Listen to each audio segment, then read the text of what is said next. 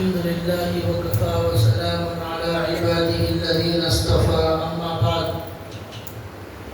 فأعوذ بالله من الشيطان الرجيم بسم الله الرحمن الرحيم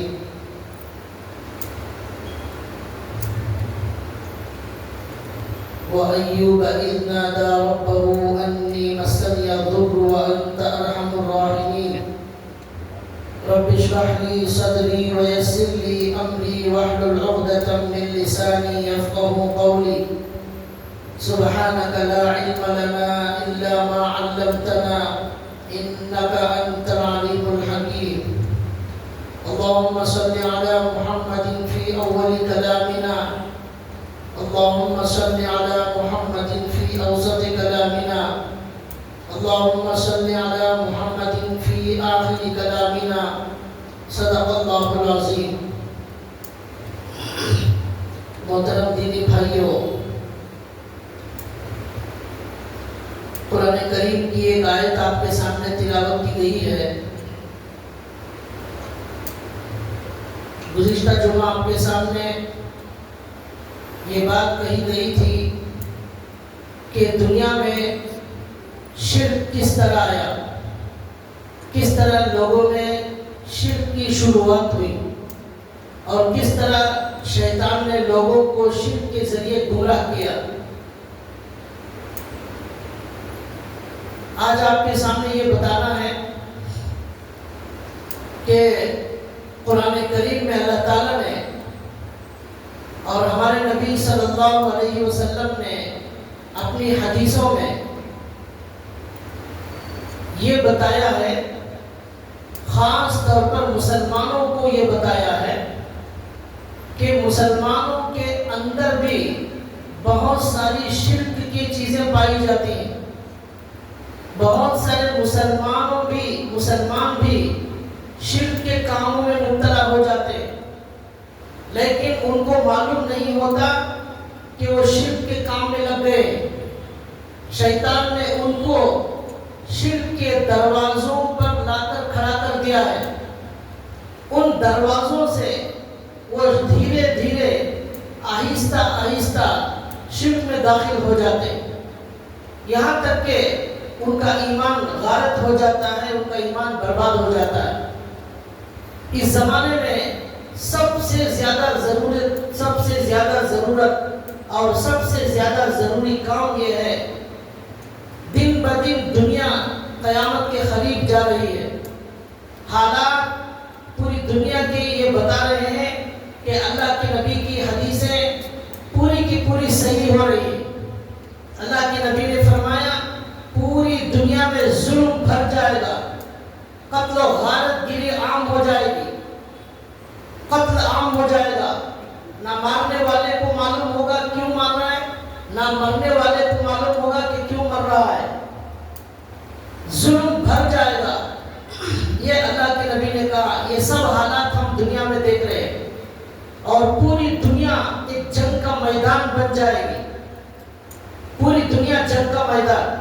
یہ سب حالات یہ بتا رہے ہیں کہ ہم جو کر سکتے ہیں اس میں سب سے ضروری کام یہ ہے کہ ہمارے پاس نہ نماز اچھی ہے، نہ روزہ اچھا ہے، نہ تلاوت اچھی ہے، نہ ذکر اچھا ہے.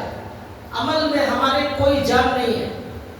تو اس لیے ایک تو عمل میں جان پیدا کرنے کی کوشش کرنا چاہیے، لیکن اس سے زیادہ ضروری یہ ہے کہ اپنے ایمان کو بچا کر لے جانے کی فکر زیادہ سے زیادہ کریں. حضرت یعقوب علیہ السلام اللہ کے نبی، ان کے بیٹے حضرت یوسف علیہ السلام اللہ کے نبی، حضرت ابراہیم علیہ السلام اللہ کے نبی، ان کے بیٹے حضرت اسحاق علیہ السلام اللہ کے نبی. یہ پورا نبیوں کا خاندان. لیکن اس کے باوجود حضرت یعقوب علیہ السلام کے جب انتقال کا وقت آتا ہے تو وہ اپنی اولاد کے بارے میں یہ فکر کرتے ہیں اور یہ سوال کرتے ہیں انتقال کے وقت میں کہ ما تعبدون من بعدی، میرے بعد تم کس کی عبادت کرو گے؟ میرے بعد تمہارا اللہ کون ہوگا؟ کس کے سامنے جھکو گے؟ یہ نبی اپنی اولاد کے بارے میں فکر کر رہے ہیں، وہ اولاد بھی خود نبی ہے، نبی ہونے کے باوجود یہ فکر ہو رہی ہے کہ میری اولاد میرے بعد کس کی عبادت کرے گی؟ ما تعبدون من بعدی۔ ہم اپنی اولاد، اپنے مسلمان بھائیوں کے ایمان کی اور اپنے ایمان کی کیا فکر کر رہے ہیں؟ یہ ہے اس زمانے کا ضروری کام۔ حالات ہمارے قابو میں نہیں ہیں، وہ اللہ کنٹرول کرتے ہیں۔ حالات کو بدلنا یہ اللہ کا کام ہے۔ جب تک کوئی فیصلہ آسمان پر نہیں ہوتا، وہ فیصلہ زمین میں نافذ نہیں ہوتا۔ اور یہ سارے فیصلے، حدیث میں آتا ہے، اللہ نے اس زمین اور آسمان کو بنانے سے 50,000 سال پہلے اللہ نے تقدیر کو لکھ دیا ہے۔ قیامت تک جو ہونا ہے وہ سب اللہ نے لکھ دیا ہے، ہم اس میں کچھ نہیں کر سکتے۔ جو ہونا ہے وہ سب ہو کر رہے گا، اس میں کوئی تبدیلی نہیں ہوگی۔ اللہ نے سب سے پہلے قلم کو پیدا کیا، اس سے کہا اکتب، لکھنا شروع کرو۔ اس قلم نے کہا کیا لکھوں؟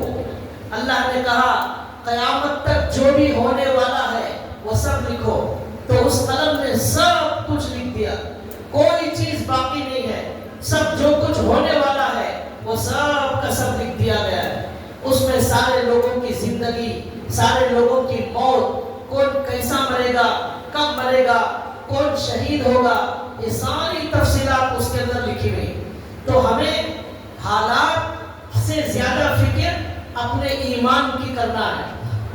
حالات کے لیے ہمیں صرف دعا کرنا ہے، اے اللہ حالات کے اندر امن عطا فرما، پوری دنیا کے مسلمانوں کی حفاظت فرما، ساری دنیا میں امن، اے اللہ سلامتی پیدا فرما، سارے لوگوں کے ایمان کی حفاظت فرما۔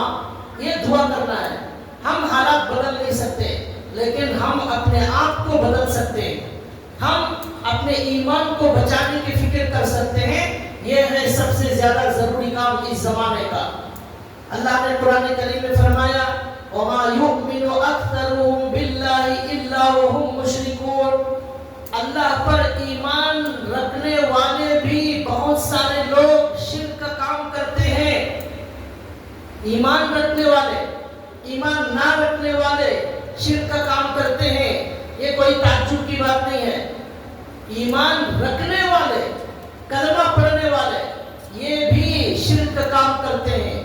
اور شیطان نے شرک کے چور دروازوں کو کھول دیا ہے، وہاں سے انسان دھیرے دھیرے شرک کے کاموں کے اندر مبتلا ہو جاتا ہے۔ آج میں آپ کو چند ایسے کام بتاؤں گا اور چند ایسی عادتیں بتاؤں گا جو آج مسلمانوں کے اندر رائج ہے، اور مسلمان ان کو اچھا سمجھ کر کر رہا ہے، اور مسلمان ان کو نیکی سمجھ کر اپنے دل میں بٹھایا ہوا ہے، حالانکہ وہ کام اسے شرک کی طرف لے جا رہا ہے، اسے کفر کی طرف لے جا رہا ہے، اس کا ایمان خطرے میں ہے۔ اس لیے بھائیوں یہ اچھی طرح سمجھ لینا چاہیے کہ شرک کے دروازے کیا ہیں، شرک کے وہ کون سے کام ہیں جو مسلمان آج کر رہے ہیں، ان کا ایمان خطرے میں پڑ گیا۔ اس میں سب سے پہلے اللہ تعالیٰ نے قرآن کریم میں ایک سبق ہمیں سکھایا، ایک سبق ہمیں پڑھایا، اور وہ سبق ہمیں یہ پڑھایا اللہ تعالیٰ نے کہ دیکھو تمہیں جب بھی دعا مانگنا ہے، جب بھی تمہیں اپنی کوئی ضرورت مانگنا ہے، جب بھی تمہیں اپنی کسی مصیبت کو دور کروانا ہے، بیماری سے شفا کرانا ہے، تمہیں نفع چاہیے، تمہیں بچہ چاہیے، تمہیں تکلیف کو آسانی چاہیے، تو ان تمام صورتوں میں صرف اور صرف ایک اللہ کی ذات ہے جو تمہاری تکلیف کو آسان کر سکتی ہے۔ وہی اللہ ہے جو تمہیں شفا دے سکتا ہے، وہی اللہ ہے جو تمہیں نفع دے سکتا ہے، وہی اللہ ہے جو تمہیں تمہاری ضرورت پوری کر سکتا ہے۔ اس کے علاوہ کوئی انسان، کوئی جنات، کوئی زندہ یا کوئی مردہ کوئی بھی اللہ کے علاوہ آپ کی ضرورت پوری نہیں کر سکتا. یہ صرف اور صرف اللہ کے در سے ہی آپ لوگوں کو مانگنا ہے. آپ اللہ کے علاوہ کسی اور سے مانگیں گے یہ شرک کا پہلا دروازہ ہے. آپ اللہ کے علاوہ کسی اور کو مشکل کشا حاجت روا سمجھیں گے یہ شرک کا پہلا دروازہ ہے. یہاں سے شیطان مسلمانوں کو دھیرے دھیرے شرک کے اندر مبتلا کر دیتا ہے. اللہ نے قرآن کریم میں صاف فرمایا شرک کرنے والوں کی کوئی مغفرت ہونے والی نہیں ہے. اس لیے ان شرک کے کاموں سے اپنے آپ کو ہزاروں کلومیٹر دور رکھنا ہے اور مانگنا ہے صرف اللہ تعالیٰ کی ذات سے. اللہ نے قرآن کریم میں ہمیں واضح طور پر یہ سبق سکھایا. اللہ نے کہا دیکھو سب سے زیادہ مخلوق میں افضل سارے انسانوں میں سب سے افضل وہ ہے انبیاء اکرام علیہ السلام کی جماعت. ان نبیوں پر کوئی مصیبت آئی, ان نبیوں کو کچھ مانگنے کی ضرورت پڑی, ان نبیوں کو بچے کی ضرورت پڑی تو انہوں نے کس سے مانگا؟ اللہ نے 17ویں پارے کے اندر تفصیل کے ساتھ بیان فرمایا. اللہ فرماتے ہیں وَأَيُّوبَ إِذْ نَادَى رَبَّهُ أَنِّي مَسَّنِيَ الضُّرُّ وَأَنْتَ أَرْحَمُ الرَّاحِمِينَ فَاسْتَجَبْنَا لَهُ فَكَشَفْنَا مَا بِهِ مِنْ ضُرٍّ وَآتَيْنَاهُ وَأَهْلَهُ مِثْلَهُم مَّعَهُمْ رَحْمَةً مِنْ عِنْدِنَا وَذِكْرَىٰ لِلْعَابِدِينَ. اللہ نے اس میں صاف فرمایا ایوب علیہ السلام اللہ کے نبی, کوئی بھی انسان کوئی بھی اللہ کا ولی نبی سے زیادہ مقدس نبی سے بڑا نہیں ہو سکتا, لیکن ایوب علیہ السلام اللہ کے نبی ہیں, بہت بڑا مقام ہے. وہ بیمار ہو گئے, جب وہ بیمار ہو گئے بہت لمبی مدت تک بیمار رہے. بعض لوگوں نے کہا 18 سال تک بیمار رہے, بڑی لمبی بیماری تھی. لیکن اس لمبی بیماری میں 1 سال بیمار, 2 سال بیمار, 4 سال 5 سال بیمار, 18 سال تک بیمار رہے. لیکن ان 18 سالوں میں انہوں نے اللہ کے علاوہ کسی سے سوال نہیں کیا, اللہ کے علاوہ کسی کے سامنے ہاتھ نہیں پھیلائے. انہوں نے کیا کیا؟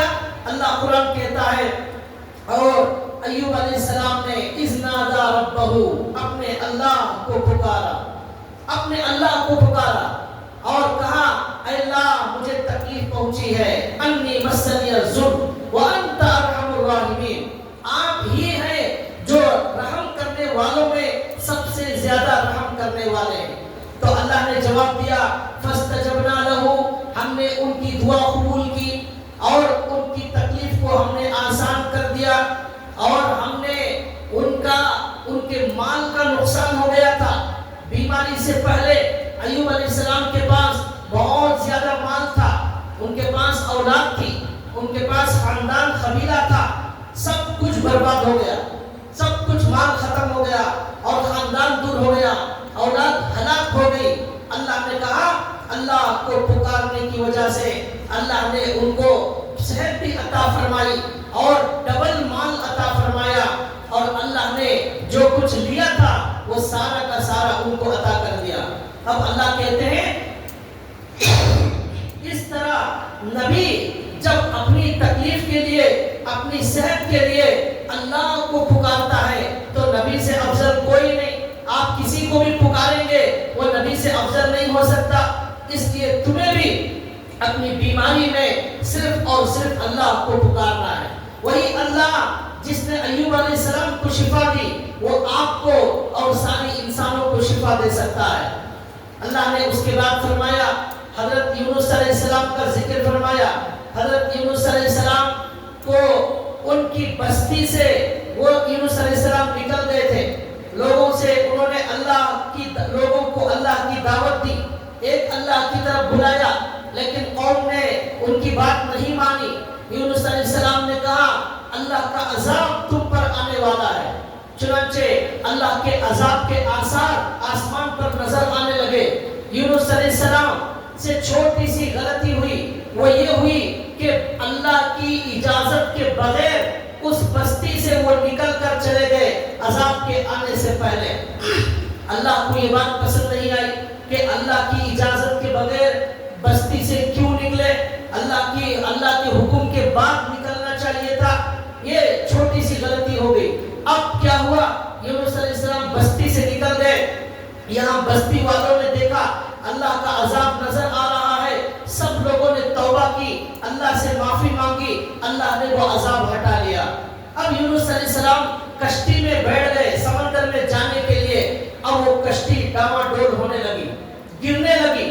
لوگوں نے کہا کوئی اللہ کا نافرمان اس کشتی میں سوار ہے، غلام جو نافرمان ہے اپنے آقا کا، وہ اس کشتی میں سوار ہے، وہ اس کشتی سے نکل جائے ورنہ ساری کشتی ہلاک ہو جائے گی۔ یونس علیہ السلام نے کہا میں ہی وہ اللہ کا غلام ہوں، میں نافرمان ہوں، مجھے کشتی میں ڈال دو، تم سب لوگ بچ جاؤ گے۔ سب لوگوں نے کھرا ڈالا، یونس علیہ السلام کا نام آیا، یونس علیہ السلام کو مچھلی میں سمندر میں پھینک دیا۔ اب اللہ تعالیٰ نے مچھلی کو حکم دیا، مچھلی نے یونس علیہ السلام کو اپنے پیٹ میں نگل لیا۔ اللہ نے اور ایک مچھلی کو حکم دیا، اس مچھلی نے اس مچھلی کو اپنے پیٹ میں لے لیا۔ یونس علیہ السلام ڈبل مچھلی کے پیٹ کے اندر چلے گئے۔ سمندر بہت بڑا سمندر ہوتا ہے، ہزاروں کلومیٹر کی گہرائی ہوتی ہے۔ اللہ کہتے ہیں اتنی عظیم مصیبت میں یونس علیہ السلام پھنس گئے۔ اب یونس علیہ السلام مچھلی کے پیٹ میں یہ دعا مانگنے لگے، لا الہ الا انت سبحانک انی کنت من الظالمین۔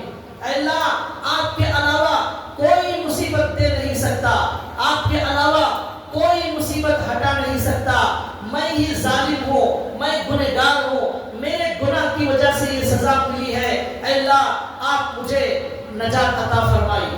اللہ کہتے ہیں ہم نے فاستجبنا لہ ونجیناہ من الغم، ہم نے ان کی دعا قبول کی اور ان کو ہم نے غم سے نجات عطا کی۔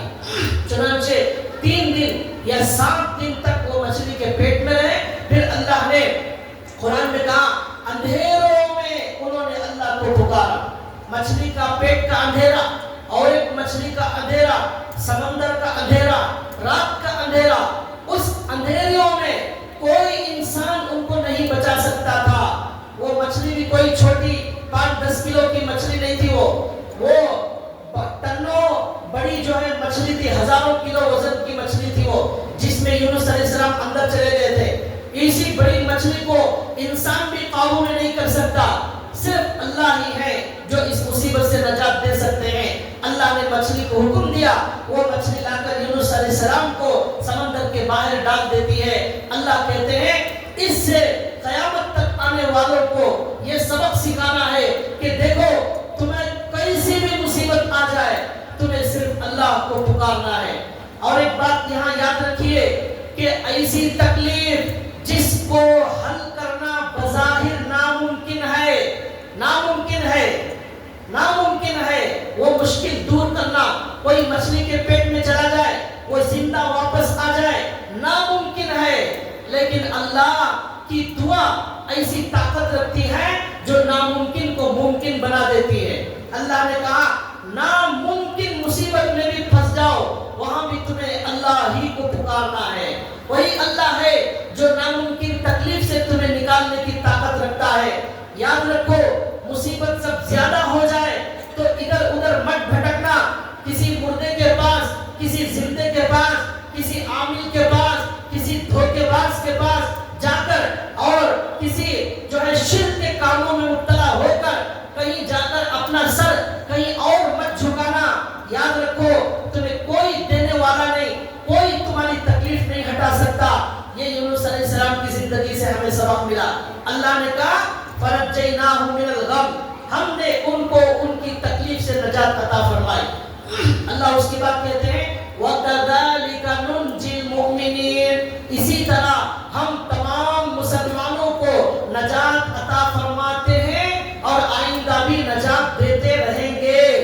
اس کا ترجمہ وَكَذَلِكَ نُنْجِي الْمُؤْمِنِينَ، آج بھی ہم مسلمانوں کو نجات دیتے ہیں، آئندہ بھی نجات دیتے رہیں گے۔ کب تک؟ جب تک یہ بندہ صرف اللہ سے مانگتا رہے گا اسے نجات ملے گی۔ جب یہ اللہ کے علاوہ یہ سر کہیں اور جھکے گا تو پھر اللہ کی طرف سے اسے نجات نہیں ملے گی۔ اس کے بعد اللہ نے اس کے بعد کہا وَزَكَرِيَّا إِذْ نَادَىٰ رَبَّهُ، اور زکریا علیہ السلام کو یاد کرو، اللہ کے وہ بھی نبی تھے، انہوں نے اللہ کو پکارا، کیا پکارا؟ اے اللہ مجھے بچہ نہیں ہے، میں بوڑھا ہو چکا ہوں، مجھے ایک وارث عطا فرما۔ کاف ہا یا عین صاد، ذکر رحمت ربک عبدہ زکریا اذ نادى ربہ نداء خفیا۔ بوڑھے ہو گئے تھے، 80 سال کی عمر ہو گئی تھی، اب 80 سال کا بوڑھا آدمی سب کے سامنے زور سے دعا نہیں مانگ سکتا، اے اللہ مجھے بچہ دے دے، لوگوں کے سامنے مانگنے شرم آتی ہے، اس لیے قرآن کہتا ہے نداء خفیا، آہستہ صرف اللہ کو پکارا، اور کہا اے اللہ مجھے ایک نیک صالح اولاد عطا فرما جو میرا وارث بنے گا، اور کہا واشتعل الرأس شیبا انی وہن العظم، اے اللہ میری ہڈیاں کمزور ہو چکی ہیں، میرا سر جو ہے کہ بال سفید ہو چکے ہیں، اس عمر میں کوئی بچہ نہیں ہوتا، لیکن آپ ناممکن کو ممکن کرنے والے ہیں، آپ بچہ دے دیجئے۔ اللہ نے ان کو وعدہ کیا اور کہا ہم تمہیں ایک بچہ دے رہے ہیں، اس کا نام یحییٰ ہوگا۔ اللہ نے ان کا نام بھی رکھ دیا، اس بچے کا نام یحییٰ ہوگا۔ اس بڑھاپے میں اللہ نے ان کو یحییٰ علیہ السلام عطا کیا۔ اللہ نے اس سے کیا بتایا؟ نبی کو بھی جب بچہ ہونا ہوتا ہے وہ صرف اللہ سے مانگتا ہے۔ اللہ نے ابراہیم علیہ السلام کا ذکر کیا اور ابراہیم علیہ السلام کے بارے میں کہا، وہ بھی 80 سال کی عمر میں اللہ سے کہتے ہیں رب ہب لی من الصالحین، اے اللہ مجھے نیک صالح اولاد عطا فرما۔ صرف اولاد نہیں مانگی بلکہ نیک اولاد کی دعا کی۔ ہمیں بھی جن کو اولاد چاہیے نیک اولاد کی دعا کرے، ربی ہب لی من الصالحین، یہ دعا ہے، ربی ہب لی من الصالحین، اے اللہ مجھے نیک اولاد عطا فرما۔ تو حضرت ابراہیم علیہ السلام کو اللہ نے اسحاق علیہ السلام کی شکل میں ایک اولاد عطا فرمائی، اللہ نے ان کو نبی بنایا۔ اللہ نے اسماعیل علیہ السلام کی شکل میں ان کو اولاد عطا فرمائی، اللہ نے ان کو نبی بنایا۔ یہ چاروں نبیوں کے قصے اللہ نے قرآن میں بیان اس لیے کیے ہیں، قیامت تک آنے والوں کو یہ بتا دو کہ یہ قرآن میں نبیوں کے قصے اس لیے بتائے ہیں کہ ان کو بیماری سے نجات چاہیے، ان کو بچہ چاہیے، وہ کسی مصیبت میں پھنس جائیں، ایسی تمام مشکلات کے اندر تمہارا مشکل کشا اور تمہارا حاجت روا، تمہاری ضرورتوں کو پورا کرنے والا، تمہاری دعاؤں کو سننے والا، تمہاری ضرورتوں کو جاننے والا وہ صرف اور صرف ایک اللہ کی ہستی ہے۔ اس کے علاوہ تم کہیں بھی چلے جاؤ تمہیں کوئی بچہ نہیں دے سکتا۔ یَهَبُ لِمَن يَشَاءُ إِنَاثًا وَيَهَبُ لِمَن يَشَاءُ الذُّكُورَ أَوْ يُزَوِّجُهُمْ ذُكْرَانًا وَإِنَاثًا، اللہ جسے چاہتے لڑکا دیتے ہیں، جسے چاہتے لڑکی دیتے ہیں، جسے چاہتے دونوں دیتے ہیں، جسے چاہتے کچھ نہیں دیتے۔ آپ کچھ بھی کر لو، یہ طاقت صرف اللہ کے ہاتھ میں ہے۔ یہ اللہ نے قرآن میں صاف اسی لیے کہا، اے مسلمانوں یاد رکھو ان مصیبتوں کے وقت میں اگر تم اللہ کو چھوڑ کر کہیں اور جا کر بھیک مانگو گے، تم جو ہے شرک کے دروازوں میں داخل ہو جاؤ گے۔ اللہ کو ایک ماننے والا، لا الہ الا اللہ پڑھنے والا، محمد رسول اللہ پڑھنے والا، اور ہمارے نبی کو آخری نبی ماننے والا، قرآن کو اللہ کی کتاب مانگنے والا، یہ کبھی بھی کسی سے بھی اپنی ضرورت کا سوال نہیں کر سکتا۔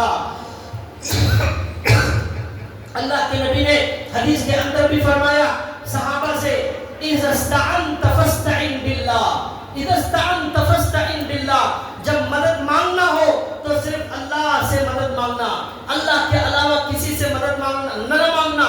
یہاں تک کہ ہمارے نبی نے ایک مرتبہ فرمایا کہ لوگوں سے مانگنا چھوڑو، جو لوگوں سے مانگتا ہے کل قیامت کے دن اللہ اسے ذلیل اور رسوا کر دیں گے۔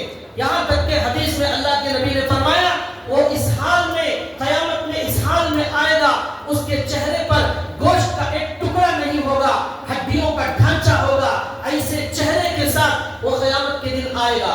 کیوں؟ اللہ نے اس کے چہرے سے گوشت کو نوچ لیا اور کہا کہ یہ وہ چہرہ ہے، ذلیل چہرہ، یہ بدترین چہرہ ہے، یہ جا جا کر در در میں بھٹکتا تھا، یہ ہر جگہ کا بھکاری تھا۔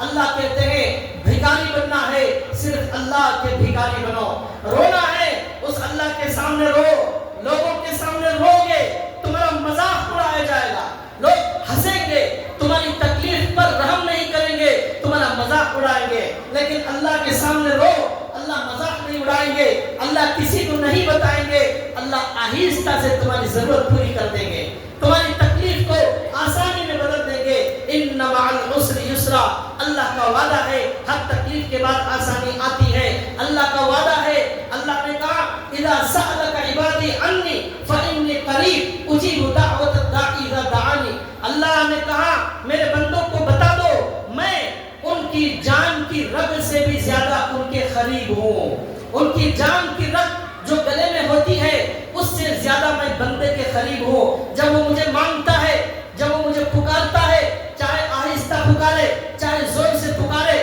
چاہے دل دل میں پکارے، رات میں پکارے، دن میں پکارے، تنہائی میں پکارے، مجمع میں پکارے، اللہ نے کہا میں اس کی سننے والا ہوں، میرے علاوہ کوئی نہیں سن سکتا۔ لیکن بھائیو آج کیا ہوا؟ اللہ نے کہا وما یؤمن اکثرهم باللہ الا وهم مشرکون، بہت سارے مسلمان بھی شرک کے اندر مبتلا ہو گئے۔ کیسے؟ انہوں نے اپنی ضرورت کو مانگنے کے لیے کوئی زندے کے پاس چلا گیا، کوئی مردے کے پاس چلا گیا، اور کوئی عاملوں کے پاس چلا گیا، کوئی اور جو ہے درختوں پر یقین کرنے والے آج ہمارے مسلمانوں پر میں موجود ہیں۔ اللہ سے نہیں مانگتے، در در کے بھکاری بن جاتے ہیں۔ آج ہماری عورتیں مندروں کے اندر جا رہی ہیں، ہمیں مندروں کے اندر ہماری عورتیں نظر آتی ہیں۔ ہماری عورت کیوں چلی گئی؟ اسے بچہ نہیں ہو رہا تھا، وہ مندر چلی گئی۔ ہماری مسلمان عورتیں ہمیں چرچوں میں نظر آتی ہیں، ہماری مسلمان عورتیں اور بھی ہمیں بہت جگہ سجدہ کرتے ہوئے نظر آتی ہیں۔ یہ کیا ہے؟ یہ شرک کے دروازوں پر شیطان نے ان کو پہنچا دیا ہے، یہ شرک ہے۔ ہمارے نبی نے صاف فرمایا ایک حدیث کے اندر، لوگوں سے مانگنے والے کا چہرہ، اس کا چہرے کا گوشت نکال لیا جائے گا۔ ایک حدیث میں اللہ کے نبی نے فرمایا لوگوں سے ہرگز سوال مت کرنا، تمہارے گھوڑے پر جو گھوڑے کو مارنے کا جو ہتھوڑا ہوتا ہے یا کوئی اور چیز ہوتی ہے، وہ اگر نیچے گر جائے تم خود نیچے اتر کر اس کو اٹھا لینا، اتنی بھی مدد لوگوں سے مت مانگنا۔ یہی سبق اللہ نے سکھایا، ایاک نعبد و ایاک نستعین، اے اللہ ہم تیری ہی عبادت کرتے ہیں، تجھ ہی سے مدد مانگتے ہیں۔ فجر کی سنت سے لے کر عشاء کی وتر تک جتنے بھی نمازیں ہیں، ہر رکعت میں سورہ فاتحہ پڑھتے ہیں، ایاک نعبد و ایاک نستعین، ایاک نعبد و ایاک نستعین۔ اس کا ترجمہ کیا ہے؟ اے اللہ ہم تیری ہی عبادت کرتے ہیں، تجھ ہی سے مدد مانگتے ہیں۔ یہ ہی آنا ضروری ہے، تجھ ہی سے مدد مانگتے ہیں۔ آج کیا ہو رہا ہے؟ اللہ سے بھی مدد مانگتے ہیں، غیر اللہ سے بھی مدد مانگتے ہیں، اللہ سے بھی مانگتے ہیں، اور بھی بہت ساری جگہ بھٹکتے ہیں اپنی ضرورت کے لیے۔ اللہ نے یہاں یہی سکھایا بار بار کہ ایک اللہ کو ماننے والا کسی اور سے مانگ نہیں سکتا۔ یہ شرک کا پہلا دروازہ ہے، یاد رکھو اللہ کے علاوہ کوئی تمہیں دینے والا نہیں۔ یہ پہلا سبق ہے جو اللہ نے قرآن میں اور حدیث میں ہمیں سکھایا۔ دوسرا سبق اللہ نے قرآن میں یہ سکھایا، دیکھو یاد رکھو کہ نبیوں سے بھی کچھ نہیں ہوتا، ولیوں سے بھی کچھ نہیں ہوتا، ہوتا صرف اللہ کی ذات سے ہے۔ اللہ کے علاوہ کسی سے کچھ نہیں ہوتا، اللہ کے علاوہ کسی کے پاس غیب کا کوئی علم نہیں ہے، غیب کا علم صرف اللہ کے پاس ہے۔ قرآن میں اللہ نے کہا اے نبی آپ لوگوں کو بتا دو، لا اعلم الغیب، میں غیب کو نہیں جانتا، لا اعلم الغیب ولا عندي خزائن اللہ، میرے پاس غیب کا علم نہیں ہے، میرے پاس اللہ کے خزانے موجود نہیں ہے۔ ولا اقول لكم انی ملک، میں یہ بھی نہیں کہتا کہ میں فرشتہ ہوں۔ ولا اقول لكم انی ملک ان اتبع الا ما یوحى الی، ارے مجھے اللہ جو بتاتے ہیں وہ میں تم کو بتاتا ہوں، میرے پاس میرا کچھ نہیں ہے۔ وما ينطق عن الهوى، قرآن صاف کہہ رہا ہے سورہ نجم کے اندر، نبی جو بھی بولتے ہیں وہ اللہ کے حکم سے بولتے ہیں۔ نبی کو اللہ نے قرآن میں کیا کہا؟ ما كنت تدری ما الكتاب ولا الايمان ولكن جعلناه نورا نهدي به من نشاء من عبادنا، اے نبی آپ کو معلوم نہیں تھا کہ کتاب کیا ہوتی ہے، آپ کو معلوم نہیں تھا قرآن کیا ہوتا ہے، ولا الكتاب، آپ کو کتاب کیا ہے معلوم نہیں تھا، ما كنت تدری ما الكتاب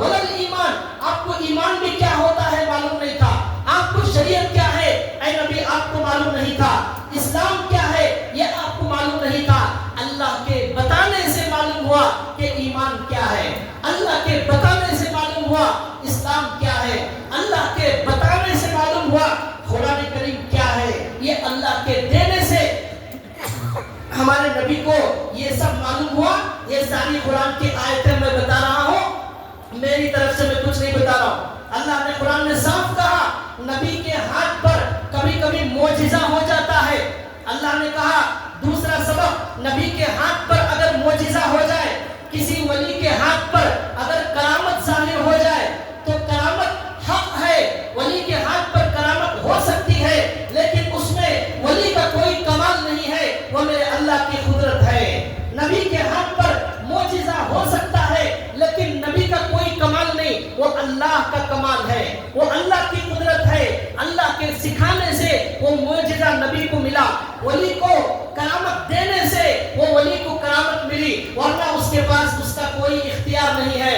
قرآن کریم سے میں آپ کو دلیل دے رہا ہوں، حضرت عیسیٰ علیہ السلام مردے کو زندہ کرتے تھے، حضرت عیسیٰ علیہ السلام اندھے کو آنکھیں دے دیتے تھے، ہمارے عیسیٰ علیہ السلام بیمار کو صحت مند کر دیتے تھے، قبر سے مردے کو زندہ کھڑا کر دیتے تھے۔ عیسیٰ علیہ السلام کیا کرتے تھے؟ مٹی کا پتلا بناتے، پرندے کی طرح اسے ہوا میں اڑا دیتے تھے۔ یہ سارے معجزے حضرت عیسیٰ علیہ السلام کے ہاتھ پر ہوئے، لیکن قرآن نے کیا کہا؟ قرآن نے کیا کہا؟ قرآن نے کہا اِذْ تُخْرِجُ الْمَوْتَى بِإِذْنِي، اے عیسیٰ علیہ السلام تم مردے کو زندہ کرتے ہو، یہ تمہارا کمال نہیں، بِإِذْنِي، میرے حکم سے مردہ زندہ ہوتا ہے۔ اللہ نے کہا میری اجازت سے مردہ زندہ ہوتا ہے، عیسیٰ علیہ السلام کا کمال نہیں ہے۔ وَفَتَنْفُخُ فِيهَا فَتَكُونُ طَيْرًا بِإِذْنِي، آپ جو ہے مٹی کا پتلا بنا کر ہوا میں پرندے بنا کر اڑا دیتے ہیں، یہ آپ کے حکم سے نہیں، بِإِذْنِي، یہ میری اجازت سے ہوتا ہے۔ اللہ نے کہا آپ اندھے کو آنکھیں عطا کرتے ہیں، یہ آپ نہیں دے رہے ہیں، بِإِذْنِي، یہ میرے حکم سے ہو رہا ہے، میری اجازت سے ہو رہا ہے۔ اللہ نے صاف یہاں کہا، اس سے کیا معلوم ہوا کہ نبی کے ہاتھ پر جو معجزہ ہوتا ہے اس میں اللہ کی قدرت کا دخل ہے، اللہ کی طاقت کا دخل ہے، فی نفسی نبی کا کوئی دخل نہیں۔ اللہ نے قرآن میں کہا وَإِن نَحْنُ إِلَّا بَشَرٌ مِثْلُكُمْ، نبیوں نے کہا ہم بھی تمہارے ہی جیسے انسان ہیں، إِن نَحْنُ إِلَّا بَشَرٌ مِثْلُكُمْ، ہم بھی تمہارے ہی جیسے انسان ہیں، وَلَكِنَّ اللَّهَ يَمُنُّ عَلَى مَن يَشَاءُ مِنْ عِبَادِهِ، لیکن اللہ جس پر احسان کرتے ہیں اللہ اسے نبی بنا دیتے ہیں، اللہ کے اس کے ہاتھ میں معجزہ ظاہر کرتے ہیں، یہ نبی کا کمال نہیں، یہ اللہ کا کمال۔ اور ایک دلیل دیتا ہوں، 10ویں پارے میں اللہ نے کہا ہمارے نبی صلی اللہ علیہ وسلم کے ہاتھ پر معجزہ ظاہر ہوا۔ کیا ہوا؟ جنگ بدر میں 313 صحابہ ایک طرف کھڑے ہوئے ہیں، 1000 دشمن ایک طرف کھڑے ہوئے ہیں، ہمارے نبی نے ایک مٹھی میں مٹی لی اور اس پر جو ہے وہ مٹی کو ایک مٹھی لے کر وہاں دشمنوں پر پھینکا، تو اللہ نے وہ ایک مٹھی مٹی کو 1000 دشمنوں کے آنکھوں میں اللہ نے پہنچا دیا۔ اب وہ دشمنوں کو کچھ نظر نہیں آ رہا تھا، اس موقع پر صحابہ نے حملہ کر دیا اور دشمنوں کو شکست ہو گئی، میدان سے بھاگنے پر مجبور ہو گئے۔ اللہ نے اس موقع پر قرآن میں آیت نازل کی، اس میں اللہ نے کہا فَلَمْ تَقْتُلُوهُمْ وَلَكِنَّ اللَّهَ قَتَلَهُمْ وَمَا رَمَيْتَ إِذْ رَمَيْتَ وَلَكِنَّ اللَّهَ رَمَى، اے نبی جب آپ ان دشمنوں کو مار رہے تھے آپ نہیں مار رہے تھے، آپ مٹی پھینک رہے تھے، آپ نہیں پھینک رہے تھے، فَلَمْ تَقْتُلُوهُمْ وَلَكِنَّ اللَّهَ رَمَى، اللہ ان کے آنکھوں میں مٹی پھینک رہا تھا، آپ کہاں پھینک رہے تھے؟ آپ اگر پھینکتے ایک آنکھ میں جاتا، 2 آنکھوں میں جاتا، 3 آنکھوں میں جاتا، لیکن اللہ تعالیٰ نے اپنی قدرت سے ایک مٹی کو ہزاروں لوگوں کی آنکھوں میں پہنچا دیا۔ یہ اللہ کا کمال ہے، یہ اللہ کی قدرت ہے، یہ اللہ کی طاقت ہے، یہ اللہ کا کمال ہے۔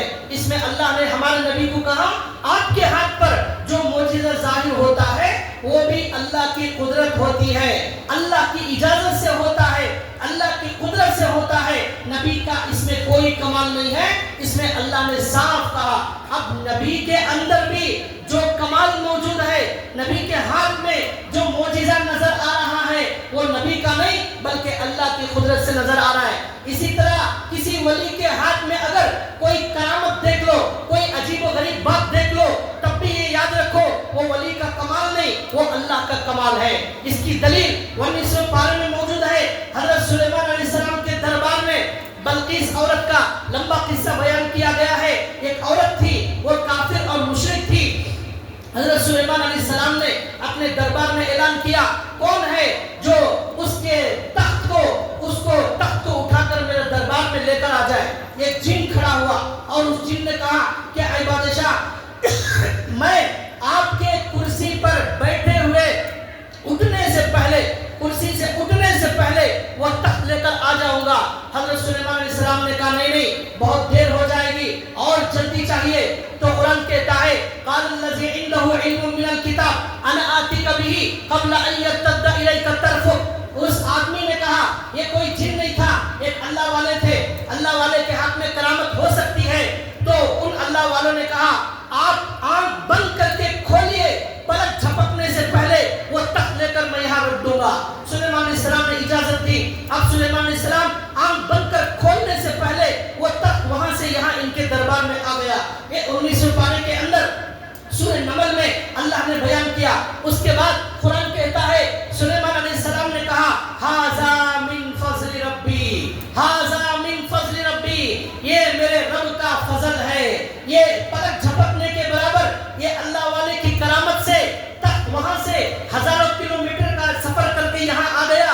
اس میں سلیمان علیہ السلام کہتے ہیں میرا کوئی کمال نہیں, یہ اللہ والے کی کرامت کا کوئی کمال نہیں. ھذا من فضل ربی, یہ میرے رب کا فضل ہے, یہ میرے رب کی طاقت ہے, یہ میرے رب کی قدرت ہے. میرا رب جو چاہتا ہے وہ کرتا ہے. لیبلونی اشکر ام اکفر, میرے رب نے یہ قدرت اس لیے دی ہے کہ میں شکر کرتا ہوں یا ناشکری کرتا ہوں, یہ آزمانے کے لیے میرے اللہ نے مجھے یہ امتحان لیا ہے. میں اقرار کرتا ہوں کہ میرے رب کا کمال ہے. ہر نبی نے یہی پیغام دیا لوگوں کو کہ کچھ بھی دیکھ لو وہ اللہ کی طرف منسوب کرنا. مسلمان اسی لیے مسلمان کو مسلمان کہتے ہیں کہ وہ اللہ کے علاوہ کسی کو نہیں مانتا اور کوئی معجزہ کوئی کرامت دیکھ کر یہی کہتا ہے یہ اللہ کی قدرت ہے. کسی انسان کا کوئی کمال نہیں. ہر چیز جو بھی ہوتی ہے غیب کا علم صرف اللہ کے پاس ہے. اللہ نے قرآن میں صاف فرما دیا وَعِنْدَهُ 7ویں پارے میں وَعِنْدَهُ مَفَاتِحُ الْغَيْبِ لَا يَعْلَمُهَا إِلَّا هُوَ. اللہ نے کہا اللہ کے پاس غیب کی چابیاں ہیں, اس کے علاوہ کوئی نہیں جانتا. ایک جگہ اللہ نے کہا ان اللہ عنده علم الساعہ, اللہ کے پاس قیامت کا علم اللہ کے پاس ہے. کل کیا ہونے والا ہے وہ اللہ کے علاوہ کوئی نہیں جانتا. بچے کے پیٹ میں ماں کے پیٹ میں بچہ ہے یا بچی اللہ کے علاوہ کوئی نہیں جانتا. کون کب مرنے والا ہے کوئی نہیں جانتا. یہ سارے علم اللہ کے پاس ہیں. معلوم ہوا بھائیوں اگر ہم اللہ کے علاوہ کسی کے سامنے ہاتھ پھیلائیں گے شرک کا دروازہ کھل جائے گا. معجزہ دیکھ کر ہم نبی کی عبادت کریں گے شرک کا دروازہ کھل جائے گا. ولی کی کرامت دیکھ کر ولی کو مشکل کشا حاجت روا سمجھیں گے شرک کا دروازہ کھل جائے گا. ان سارے شرک کے دروازوں کو بند کرنے کے لیے ہمارے نبی دنیا کے اندر آئے تھے. اور ایک شرک کا دروازہ آپ کو بتا رہا ہوں, ہمارے نبی نے حدیث کے اندر فرمایا کیا فرمایا من حلف بغیر اللہ فقد اشرک. جو آدمی اللہ کے علاوہ کسی مخلوق کی قسم کھاتا ہے اس نے شرک کا کام کیا.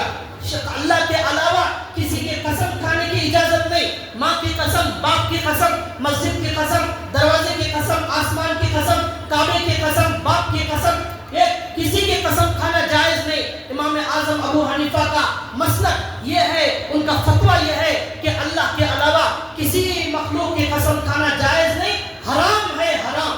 ہمارے نبی نے کہا حدیث میں صاف موجود ہے من حلف بغیر اللہ فقد اشرک.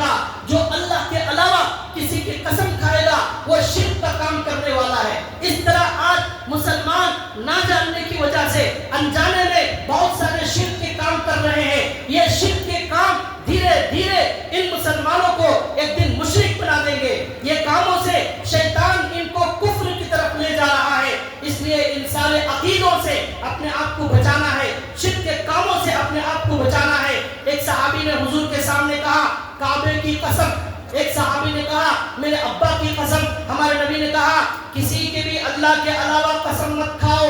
قسم کھانے کے قابل, قسم کھانے کے لائق صرف اللہ کی ذات ہے. اللہ کے علاوہ کوئی قسم کھانے کے لائق نہیں ہے. اگر قسم کھانا ہے اللہ کی کھاؤ ورنہ خاموش رہو. اس لیے کہ یہ شرک کا دروازہ کھولنے والی بات ہے. اس سے معلوم ہوا کہ یہ کام بھی ہمیں شرک کے دروازے پر لے جاتا ہے. اور ایک شرک کا دروازہ ہمارے نبی صلی اللہ علیہ وسلم نے فرمایا کہ اللہ ان یہودیوں پر لعنت بھیجے, ان نصارہ پر لعنت بھیجے. ان یہودیوں اور نصارہ نے اپنے نبی کی قبروں کو عبادت کی جگہ بنا لیا, اپنی نبی کی قبروں کو سجدہ کرنے کی جگہ بنا لیا. اللہ کے نبی نے کہا ان لوگوں پر, یہود و نصارہ پر لعنت ہو. یہ حدیث مسلم شریف کے اندر موجود ہے, اس کا نمبر بھی موجود ہے, صحیح حدیث موجود ہے. اللہ کے نبی کہتے ہیں لعن اللہ الیہود والنصارى اتخذوا قبور انبیائہم مساجدا. اللہ یہودی اور نصارہ پر لعنت کرے, انہوں نے سب سے پہلے دنیا والوں کو سکھایا کہ قبر کو انہوں نے سجدے کی جگہ بنا لیا. یہ سجدے کی جگہ بنانا, قبر پر سجدہ کرنا, قبر والے کو سجدہ کرنا, یہ یہودیوں نے سب سے پہلے سکھایا, عیسائیوں نے سب سے پہلے سکھایا. اس لیے ہمارے نبی کی بد دعا ان لوگوں کو ملی, یہود و نصارہ کو, کہ اللہ قیامت تک ان پر لعنت بھیجے. انہوں نے اللہ کو سجدہ کرنے سے ہٹا کر جو ہے نبیوں کی قبروں پر سجدہ کرنا ان یہودیوں اور نصارہ نے سکھایا. ہمارے نبی نے اس امت کو کہا یاد رکھو اگر تم بھی کسی قبر پر سجدہ کرو گے تو تم بھی یہودیوں اور نصارہ کی طرح لعنت کے مستحق ہو جاؤ گے. ہمارے نبی دنیا میں اسی لیے آئے تھے, ابراہیم علیہ السلام اسی لیے آئے, عیسیٰ, سلیمان, موسیٰ, داؤد, یہ سب اس لیے آئے. اے لوگوں, کامیابی صرف ایک اللہ کو سجدہ کرنے میں ہے, ایک اللہ کے علاوہ یہ سب کہیں بھی جھکے گا وہ شرک اور کفر میں داخل ہو جائے گا. کان کھول کر سنو, اللہ کے نبی صلی اللہ علیہ وسلم کی حدیث موجود ہے, کسی قبر والے کو سجدہ کرنا حرام اور شرک ہے. یہ شرک کے دروازے سے انسان شیطان لوگوں کو مشرک بناتا ہے. اس لیے اپنے آپ کو بچائیں, یہ طے کریں یہ سر ہمارا جھکے گا صرف اللہ کے سامنے جھکے گا. اسی لیے ایک حدیث میں آتا ہے حضرت علی رضی اللہ تعالیٰ عنہ نے کہا میرے نبی نے مجھے ایک مرتبہ حکم دیا اور کہا اے علی جاؤ, جہاں بھی قبر پر لوگوں نے عمارت بنائی ہے, قبر پر عمارت بنائی ہے, قبر پر دیوار بنائی ہے, قبر پر کسی کی صورت اور فوٹو لگا دی ہے, اس قبر کو توڑ دو, وہ عمارت کو توڑ دو اور قبر کو برابر کر دینا. یہ ہمارے نبی صلی اللہ علیہ وسلم کی حدیث, ہمارے علی رضی اللہ تعالیٰ عنہ کو ہمارے نبی نے حکم دیا. ہمارے علی رضی اللہ تعالیٰ عنہ نے بعد والوں کو حکم دیا کہ میرے نبی نے مجھے ایسا بھیجا تھا کہ جہاں بھی تصویر دیکھنا مٹا دینا, قبر پر عمارت دیکھنا اسے توڑ دینا, اور قبر پر اگر اونچی بنائی گئی ہے اسے برابر کر دینا.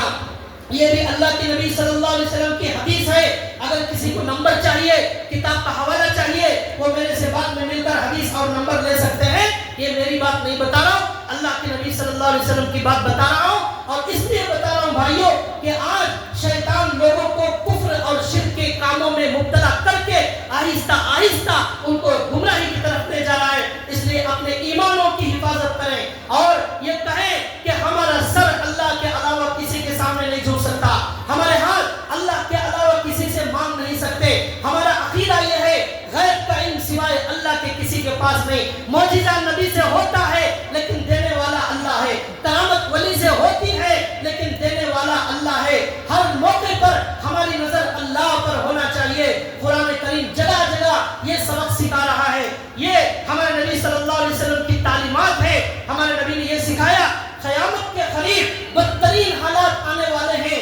پوری دنیا ایک جنگ کا میدان بن جائے گی, قتل و غارت گیری عام ہو جائے گی. اس وقت میں اپنے ایمان کو بچانے کی فکر کرنا ہے. قوا انفسکم واہلیکم نارا, تم اپنے آپ کو جہنم سے بچانے کی کوشش کرو اور اپنے بچوں کے ایمان کو بچانے کی کوشش کرو. اور خاص طور پر بھائیوں اپنی لڑکیوں پر محنت کرو. وہ لڑکیاں, وہ عورتیں آج ہمیں شرم آتی ہے جب وہ مندروں میں نظر آتی ہیں, ہمیں شرم آتی ہے جب وہ چرچوں میں نظر آتی ہیں. ہمارے نبی صلی اللہ علیہ وسلم نے ان مسلمانوں کو جنت میں لے جانے کے لیے کتنی قربانیاں دی, پیٹ پر پتھر باندھے, خون بہایا.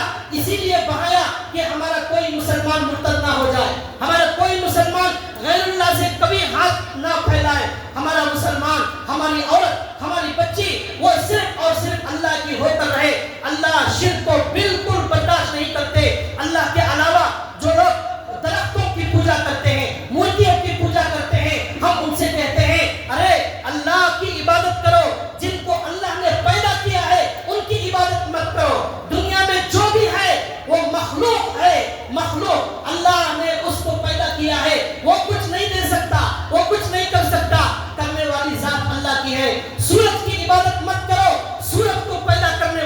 عبادت کرو. چاند میں کوئی طاقت نہیں, طاقت چاند کو پیدا کرنے والے میں ہے. ستاروں میں کوئی طاقت نہیں, طاقت ستاروں کے پیدا کرنے والے میں ہے. انسان میں کوئی طاقت نہیں. بہت سارے لوگ آج دنیا میں انسان کو خدا بنا کر بیٹھے ہوئے ہیں, انسانوں کو انسان نے خدا بنا دیا.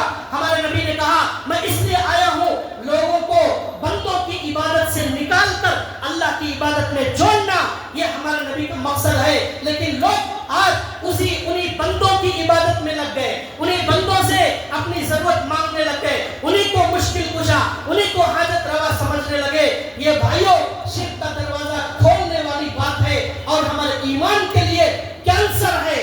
ہمارا ایمان تباہ اور برباد ہو جائے گا انسانی صفات سے. اللہ سے دعا ہے, وقت ہو گیا, اللہ سے دعا ہے اللہ تعالیٰ ہم سارے لوگوں کے ایمان کی حفاظت فرمائے, ساری امت کے ایمانوں کی حفاظت فرمائے, اور شرک کے کسی بھی کام کے اندر مبتلا ہونے سے اللہ ہماری اور ساری امت کی اللہ تعالیٰ حفاظت فرمائے. مرتے وقت صرف ایک اللہ کو مانتے ہوئے کلمے کی موت کے ساتھ دنیا میں جانے والا یہی دراصل کامیاب ہے. اس ملک میں کیا ہو رہا ہے, اس ملک میں کیا ہو رہا ہے, اس نے کیا کیا, اس نے کیا کیا, یہ سب کچھ اللہ کے ہاتھ میں ہے. ہم اس کو بدل نہیں سکتے. ہم بدل سکتے ہیں اپنے آپ کو بدل سکتے ہیں, ہم بنا سکتے ہیں اپنے ایمان کو بنا سکتے ہیں. اس کی فکر اور زیادہ کریں. پتہ نہیں کب کیا ہوگا, کب قیامت کا سور پھونکا جائے گا, کب حالات کیا کروٹ بدلیں گے. اس کے اندر اللہ نے کہا کہ جو ایمان لے کر میرے پاس آ گیا, چاہے وہ شہید بن کر آئے, چاہے بیمار بن کر مرے, چاہے مظلوم بن کر مرے, چاہے کینسر سے مرے, ہارٹ سے مرے, مظلوم بن کر مرے, بستر پر مرے, ہاسپٹل میں مرے, ایکسیڈنٹ سے مرے, کسی بھی طرح مرے, لیکن یاد رکھو مرنے میں کامیابی صرف اسی کو ہے جو دل میں لا الہ الا اللہ لے کر چلا جائے. حالات ہمارے قابو میں نہیں ہے, ہمارے قابو میں اپنا ایمان بچانا ہے, اپنا ایمان بنانا ہے. اس کی فکر بہت زیادہ کریں. آج ایک موبائل انسان کو کافر بنانے کے لیے کافی ہے, آج ایک واٹس ایپ انسان کو کافر بنانے کے لیے کافی ہے, آج فیس بک ہماری عورتوں کو کافر بنانے کے لیے کافی ہے, آج انسٹاگرام ہماری لڑکی کو مرتد بنانے کے لیے کافی ہے. آج ہزاروں لڑکیاں ہمارے اس فون سے مرتد ہو چکی ہیں, کھلم کھلا وہ اپنے کفر کا اعلان کر رہی ہیں. اگر اب بھی ہم ان کفر کے اور شرک کے دروازوں کو بند نہیں کریں گے تو پھر بھائیوں کل قیامت کے دن یہی مرتد ہونے والی لڑکی ہمارا گریبان پکڑے گی اور کہے گی میرے باپ نے کبھی موبائل سے منع نہیں کیا, میرے باپ نے کبھی فیس بک سے منع نہیں کیا, میرے باپ نے کبھی یوٹیوب سے منع نہیں کیا, میرے باپ نے مجھے اجازت دے دی تھی, میں اس طرح دوسرے کی گمراہی میں آ کر مرتد ہو گئی. تو باپ جو جنت میں جانے والا ہے اس کی بچی اس کو جنت سے روک سکتی ہے. ہمیں صرف ہمارا کلمہ پڑھنا کافی نہیں ہے, ہمیں ہماری بچیوں کو جنت میں لے جانا ہے, ہماری ماں کو جنت میں لے جانا ہے, ہمیں ساری امت کو جنت میں لے جانا ہے. اے نوجوانوں تمہارا وقت فونوں میں برباد ہو رہا ہے. اے نوجوانوں تمہارے پاس اللہ کے لیے وقت نہیں ہے, قرآن کے لیے وقت نہیں ہے. آج ایک جنگوں کا طوفان آ رہا ہے, حالات بد سے بدتر ہو رہے ہیں. امام مہدی علیہ السلام اور عیسیٰ علیہ السلام آنے سے پہلے کی ساری نشانیاں پوری ہو رہی ہیں, لیکن نوجوان کے اندر کوئی تبدیلی نہیں آ رہی ہے. اس کے پاس قرآن کے لیے وقت نہیں ہے, اس کے پاس اللہ کے سامنے گر گرانے کے لیے وقت نہیں ہے, اس کے پاس اللہ سے جو ہے مدد مانگنے کے لیے وقت نہیں ہے. کنتم خیر امہ اخرجت للناس تأمرون بالمعروف تنہون عن المنکر. یہ امت بہترین امت اللہ نے اس کو بنایا تھا. اس کا کام جہنم سے بچانا ہے, اس کا کام امت کے لیے رونا ہے, اس کا کام امت کے لیے تڑپنا ہے, اس کا کام امت کی فکر کرنا ہے. حضرت مولانا غلام صاحب وسطانی رحمۃ اللہ علیہ کا ابھی 3 دن پہلے انتقال ہوا. کتنے بڑے عالم کا انتقال ہوا. اے نوجوانوں شرم آنی چاہیے. تمہیں کرکٹ کھیلنے والا معلوم ہے, اے نوجوانوں فلم میں ناچنے والا تمہیں معلوم ہے, اے نوجوانوں فلم میں ناچنے والی بے حیا لڑکی کو تم جانتے ہو, اے نوجوانوں اللہ کے دشمنوں کے نام تمہیں معلوم ہے.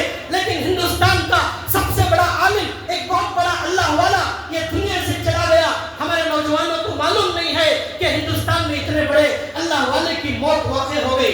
لیکن ہمارے نوجوان بچوں کو 10-10 سال کے بچوں کو پوچھو آئی پی ایل کی پوری تفصیل بتائے گا. آئی پی ایل میں کون کون کھیل رہا ہے, کون کس کی کیپٹن ہے, یہ سب معلوم ہے.